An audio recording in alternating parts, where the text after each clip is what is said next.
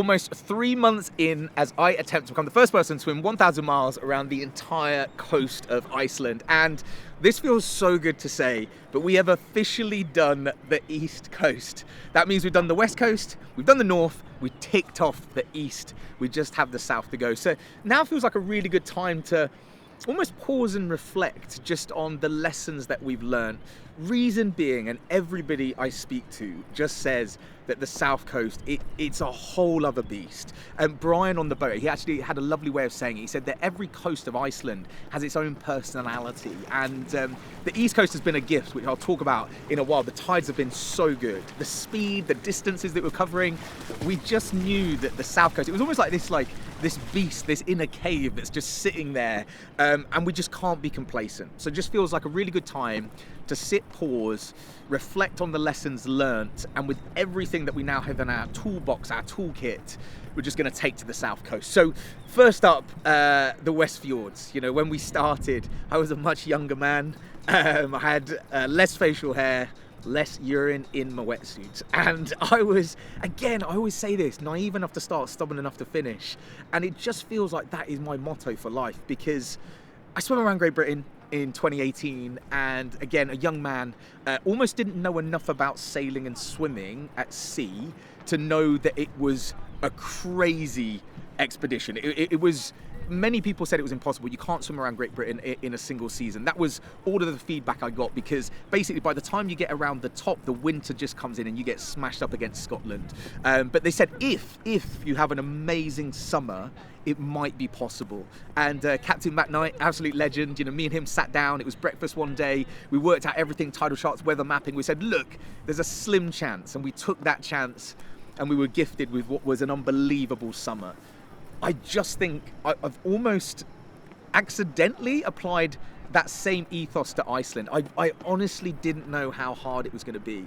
I've said before, a lot of people who are sailors who have done Iceland a number of times, they said, Ross, swimming around Iceland, it might be almost half the distance, but twice as hard. They lied. It's honestly about 4 times as hard, maybe 5 times as hard. So lessons from the West Fjords when I set off. Instantly, I knew how cold it was going to be. But when you start getting Arctic winds, when you get northerly winds and you are just swimming for hours, just eating winds sent from the North Pole, it eats away at just like your mental resilience, the ligaments, tendons, your physical resilience. It's, I said before, it very quickly became apparent it was no longer a swim, it was a war of attrition. And I knew at that point that the swims wouldn't get any easier. You would just become stronger. And that sounds really cliche, I know, but that was certainly the case swimming around Great Britain, breaking the record in the Yukon. So I just trusted almost sports science, biology and physiology, and psychology as well, that if you keep on doing it, your body will habituate this new level of stress. It will just become normal. And thankfully, that's exactly what happened. Got around to the North Coast, the cold was no longer an issue. Even the sleep deprivation, again, didn't bother me so much. So it was almost that physiological and psychological transition up the West Coast. But that is when Iceland just flipped the rules completely. Then we arrived on the North Coast, and this is where Iceland basically just flipped the rules. Like the entire game just flipped it on its head. So we've been playing the tides, basically working with the tides and resting when the tide was against us down the entire West Coast. You can't do that in the North Coast. You have what's called an almanac. It's a published like journal, a book that talks about tides, charts, weather mapping. So wherever you are in the world, whatever coastline you're sailing, you can make sure that you're working with the tides and currents and the laws of nature, basically. When you turn the almanac and you look at the north of Iceland, it just basically reads good luck. It's just like, we don't know what's going on up there. And the reason, there's a few reasons. One, no one's swimming it and not many people are sailing it. It's like a desert, and just a desert covered by fog. You cannot see anything. But then further to that point, it's just a massive bay. So you get these like sort of counter currents, eddies, currents, tides, and it's all just mixing in this giant soup bowl that is the North Coast. So there was so many times when I was swimming and we knew as a team that I was swimming against the tide. It just didn't make any sense, the speeds that we were traveling, but it basically came down to just blunt perseverance. I would love to say that we could get a handle on it. We understood the laws of nature, the tides, the currents, but as a team, we just couldn't get it right. It just, and I say that even sort of looking back retrospectively, I don't think anyone could as well. I think that's the crazy thing. I think Iceland, it's just a puzzle set inside a maze, inside a Rubik's Cube. Like, it's a mystery that you might not be ever able to solve. Like, at best, you just kind of survive. We definitely, I think it's fair to say, we never won a single swim on the North Coast. We just survived and didn't quite lose. Like, just through blunt perseverance, we kept on going. I'd love to say it was through nautical genius and sailing genius. It wasn't. It was more down to just the amazing perseverance of the team and my blind stubbornness, to be completely honest. And I think that's where, if I can be so honest and transparent, I think that's probably where the biggest lesson from this swim came from, in that when I swam around Great Britain, the tides are so much more predictable. So I could afford to be probably a little bit more immature. I would so often say I didn't swim around Great Britain, I just floated and eated. And that was kind of the case, and Captain Matt Knight was amazing. He was a genius with tides. And because they were so much more predictable, it really allowed me to just focus on swimming and recovery. And I think it's probably somewhere early on the North Coast where, I don't want to say it was an epiphany, but it was certainly the biggest lesson so far of Iceland is I realised this entire swim it requires a different level of maturity and sort of just taking it a bit more seriously than perhaps I have done other swims. And what I mean by that is when swimming around Great Britain, the tides are so much more predictable. So I could swim, eat, and just have a little bit of a laugh. And we made an amazing YouTube series, and it was brilliant. I was a lot younger, a lot more immature. Whereas now I've realized with Iceland, I have to actually be the one to educate myself, because ultimately you need this perfect unison of sailing and swimming as well. And it's been brilliant, since I'm then trying to explain to the team as well about swimming conditions at sea as well. So it's beautiful at the moment. You've got this kind of like real fusion of expertise where, the sailing genius on the boat is trying to learn more about swimming, and at the same time I'm trying to learn more about sailing. And ultimately that's how we'll make it round. I think it's got to be the fusion of the two, and not to get too deep as well, but I think I often say that adventure doesn't give you what you want, it gives you what you need. And I think as I approach 40 years old, I'm well aware, as I say this, in my flip-flops in the middle of Iceland, I'm not the most mature 39-year-old, and probably Iceland has gone, look, Ross, here's a life lesson that you need to learn on your way around. So the North Coast, the most brutal, but also probably the most valuable in terms of what I've learned at the same time. I also think, sort of further to that point as well, and I don't really want to speak for Ollie here, but I think Ollie was the same as well, in that when you arrived, you said, okay, cool, get on a boat, shoot beautiful cinematography around Iceland, and then, can I flip the camera actually? I'm just going to legend. Right, I'm winning. Okay, now I'm the interviewer. I know you don't like this, Ollie, but no, we said this before, so I think it's the same. So when you came on this project, is it fair to say that you were probably thinking, shoot beautiful cinematography, make it amazing, this is lunatic who's going to swim and I just have to do YouTube videos. But in reality, now you got called in and me and you were sitting in the nav station trying to make sense of these tides. Yeah, absolutely. It's been like a real all-in with that. And I thought, because there was quite a big crew with us, that we'd be everyone doing their own things, everyone not staying in their lane because you work as a team, but everyone doing their own little bits, having their own little expertise, and I was going to quietly come in the background and just film things in the background and just do my little job. And it is full on, and it's depending on who's awake at the right time, the weather changes, and suddenly you have to jump in and help make decisions, and we're shouting over the side at you in the water saying something's changed, something other's happening, and you're just like, why am I going backwards? And we're like, we're trying to figure it out. And so yeah, it's so much more full involvement in that sense. It's really fun, but it's really full on. That's such a good point. And actually as well, we were just talking, this man right here, look, we're just saying, I think all of us felt that when we started this swim, that we were being brought on for our own individual expertise. That I would swim and float and you would shoot and direct and do your thing, and Ollie equally. But everybody's now learning about tides, charts. You know about feeding strategies, sports science, nutrition. That's fair to say. Totally fair to say. And you know, when we see Ross swimming and we think, why is he not making that full stroke? And then understanding that actually he's caught in the eddies and it's being pulled back and restricting the flow of swim that he's normally doing. So frustrating for him. And we've got lovely Holly here. Look. Yes! Holly. Oh my God. Holly, what is that? I think that's yours. It's the overdose with a twist. That's the greatest thing I've ever seen. That is going to keep you going. This is amazing. Thank you so much. Holly is an amazing individual. She's a runner as well. I used to be. I want to come over and I come to you. You've done enough work. What you're doing is epic. It's amazing. You're such a legend. How? Oh my God. Get in there before it melts. Jesus. I don't want to interrupt you, but I really just want to say what you're doing is incredible. Oh, please. Oh, thank you. This is so heavy. It's you're gonna wear it if you don't get in there. So get in there. Oh, thank you so much. So welcome. Thank you so much. It's Love it. I'll get you another Turkish tonight. No, bless Yes. you. Wait, Holly, do you do ultras as well? No, I didn't do an ultra marathon. I used to do marathons, just your bog standard marathon, your simple marathons. Legend. And then I got a bit of the runner's knee, went to bike riding, and now I run a food truck. So my life is food truck. But not any old food truck. School beans. Yeah, school beans. Ah. How long is it taking? It takes as long as it takes to swim around Iceland. That's the best way.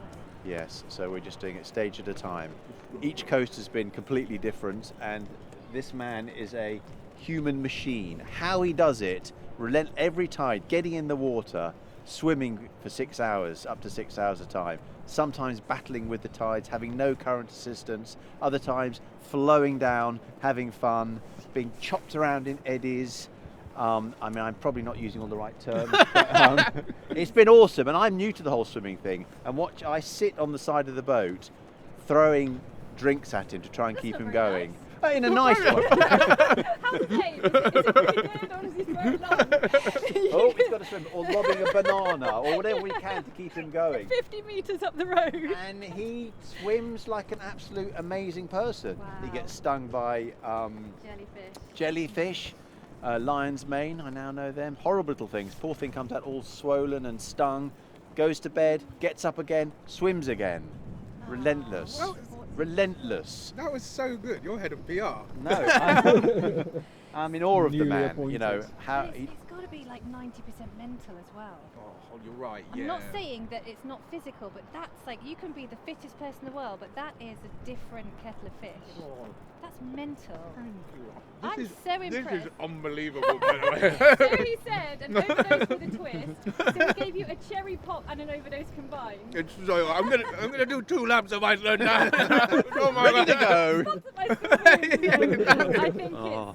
it is just that I can't wait to see it. Do you do any endurance training before? Or do you train as you go, or is this like? It's a really good question, actually. There's an element of that, like the Tour de France, because you're not going to be doing like 2 6-hour swims, you know, because I'll be back home. It'd be so unsociable in that goal. So yeah, there's an element of going, get fit enough to start, you know, and fit enough that it doesn't completely suck, and then just be stubborn enough to finish. This is insane, by the way. It's actually insane. Andresh was like, he's a guy that wants cream. It's so good. It's so good. I feel amazing. And We started this project clean shaven. Look what he's done to me. You grow a good beard though. Oh well, thank you. It's a very good beard. Oh, It's not patchy. That's good. That's my job. Oh, come on, Ollie. Yours is coming on. The hair was short when you started. Yeah. You know. I think you're probably the only person I've ever met who would do anything for a riptide at the start of your Oh. swim. A little bit Just on your beard. get in thank there and taken out to sea. Oh, we swam in like 30 knots, didn't we? Tailwinds. And I mean, it was bad. The guys on the boat are amazing to keep the boat steady during that. And you're all on the boat as well. Filming. Oh, you're throwing things at him. That's right. Yeah, you're the one throwing things. I haven't hit him yet. He's been close. Yeah, there has been a few. Oh yeah. It's epic, and I didn't want to come and interrupt, and I know I completely interrupted your moment there. I'm so sorry. I thought Holly, you can do whatever you want. You bring me one of these. no worries. It's No, it's lovely. fantastic. I'm so impressed. When people cycle around Iceland, I'm impressed, and we always look after anybody who's doing anything that's going to challenge yourself so much. It's epic. It's epic. Thank you so much. I'm swimming back into here for one of these, by the way, on the way through. So after, Just gonna go see Holly. Sorry, Yeah, I'm here run up already. here in my wetsuit. Just like, Holly, thank you. Remember me? Give me one of those. I would like it if you did. We would absolutely embrace it. It's like a sea yeti. It's a really hairy man. It's okay. This guy's swimming around Iceland. So what? Have you got another challenge afterwards? Someone says we need someone to do a crazy swim in insert country. I'll go. Hold my beer. I'm off. Hold my hot chocolate. So this is a Channel 4 other station. This is a. I had no idea I was walking into this. No, it's been really weird, I think, especially with, and I hope Luke doesn't mind me saying this, but because it is Channel 4, but they just needed a crew well, no, not a crew, they needed one person really, who was like, we need the director, camera person, everything, but who's just like gone into the depths of the Amazon to the Sahara Desert, who can just withstand 3 months rather than a whole, because you can't have a production crew on the boat. And so that's why they went to send Luke. And the conditions are crazy as well. I mean, I live here, so it's kind of, I'm fairly used to it. But even in the summer, it's hard for a lot of people. But for you, I mean, you're cold to the core by the time you get out. Gee whiz. Yeah. Do you have all the, like, goose fat and what do they used to use in the old days? Sometimes. Yeah, you're right, but it's weird. Even now, like when I go in just like a mildly heated restaurant, I'm sitting there sweating. Then my body's like, Thermostat's out of whack. yeah, and we tried the other day, didn't we, at the leisure centre, and I got in the hot tub. I was in for a minute. My body was like, what are you? It felt like I was being boiled alive. Did you just refer to our pool as a leisure centre? That's a stretch. Don't put that on Channel 4. Our local pool. No, it's brilliant. What you're doing is fantastic. I'm so happy to have stolen a bit of your time to have a chat. And I'm so happy. It's super impressive. I really hope that you succeed with the feels that you deserve to feel, which is just like superhuman. Very cool. Very, very cool. Ollie, thank you so much. You're so welcome. Thank Best you. of luck. If you need anything at all on your trip, please just let me know. Okay, that was also, sorry about that, that was amazing. We just had a mini hot chocolate break. On that note as well, I just want to give a quick shout out to School Beans. So anyone, if you go to Iceland, but specifically Vic, this is a really famous place. People come from all over the world. And it's this kind of like amazing old school bus that's been converted into a cafe next to this insane mountain range over here. Mountain range is amazing. Appreciate that, but the hot chocolate, oh my God, so Holly's just come out. It had, I think it was a curly whirly. There was licorice, there was cherry, and then there was 4 other kinds of chocolate that I couldn't identify, but that's okay.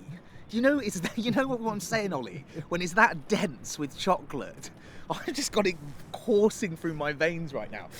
But what were we saying? North Coast, back in the game. North Coast, in summary, was essentially, you know, the hardest without question, but also the most rewarding. This sounds so cliche, but so often people say, you know, it's not about the destination, it's about the journey. But taking that a little bit further, people say, well, it's not about the journey, it's who you become on that journey. And I think for me, that was certainly true of the North Coast. I don't want to sound too cheesy, but I was a different person that finished the North Coast than I was when I started it. And with all of that said, I then looked onto the East Coast, which we've just done. Now, the East Coast, this is where things get interesting. I've said it before, I love folklore. And obviously you've got the 4 guardians of Iceland, the giant bull on the West Coast, on the North Coast, the eagle, that is the kingdom of the eagle. But specifically, it's the East Coast that's renowned as the kingdom of the dragon. And a lot of people, a lot of locals would say that dragons are basically attracted to fast-flowing water. That's why they're found around waterfalls and various other things. But it's the tides and currents down the East Coast that we always knew would be in our favour. We knew they would just be these rapid, fast-flowing, long tides that we could just essentially just ride all down the East Coast. And We did. We got them right. And a huge shout out to the team. We're amazing. It was just brilliant that we were able to sit in the nav station, and before every single swim, we were working with the laws of nature. With that said, we always knew that that would disappear. As soon as we completed the East Coast, it's kind of like the rules change again. Iceland just flips it on its head. And that's where we are now, with a belly just full of hot chocolate. We're basically, and I don't want to sound too deep, but you know, I love Jay Campbell, the hero's journey, you know, and for anyone who doesn't know, he came up basically this a monomyth, this idea that there's a blueprint that every great story will follow, from ancient Greek text to even Harry Potter, Lord of the Rings, that everything has this hero's journey. There's a hero, and it's this like reluctance to accept the adventure, the expedition. You know, so in Lord of the Rings, that was Frodo being given the ring and he was reluctant to leave the Shire. Then there's this idea of, you know, looking at friends, companions, picking up shields, armors, battling that innermost cave, slaying the dragon, coming back round, the return with the elixir and the lessons learned. And whilst a lot of people say that that's just a really cool story, you know, this idea of a hero's journey, just being a blueprint to write a really cool film or something like that, it's not. And professors of literature and Campbell himself actually said it's actually a profound vehicle for moral instruction. And I love that, in that these stories, these fables, these sagas, they actually carry really important life lessons with them. And I think as we look now with the West Coast, the North Coast and the East Coast in our rearview mirror, we've had to learn so much: tides, charts, weather, the cold, hypothermia, sleep deprivation, everything. And it just feels like the South Coast will require us to accumulate all of those skills, all of those lessons, if we're to actually enter that innermost cave and slay the dragon. And again, getting pretty deep here. A few people in the comments said, you know, we want to know what Ross is thinking, you know, his thoughts, emotions. And honestly, all of this sort of stuff just goes through my head. When you're swimming for hours a day, left alone with your own thoughts, it's all of this sort of stuff. So I think with all of these really cool stories and being surrounded by Icelandic sagas, it's knowing that as we approach the South Coast, so that final kingdom of the giant, it's going to require everything from every member of the team if we're to stand any chance of actually succeeding. And the reason I say that as well is just looking at the topography, the tides, how there's not even harbours for just hundreds of miles as well. So if anything goes wrong out there, we are hundreds of miles from land. It's just this one huge beach that you can't actually get on because the waves are just crashing onto them. I think a lot of people on social media, I love the support. A lot of people are saying, this is all done. It's the home straight now. And it's like, it's a pretty brutal home straight. So yeah, we're ever optimistic, full of hot chocolate and optimism, but at the same time, these next 400, 500 kilometers, it's gonna hurt. It's gonna hurt.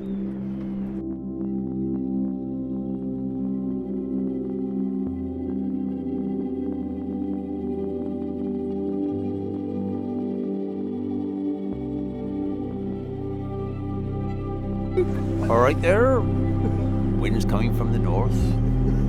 Good day for swimming, I reckon. Yep, let's go.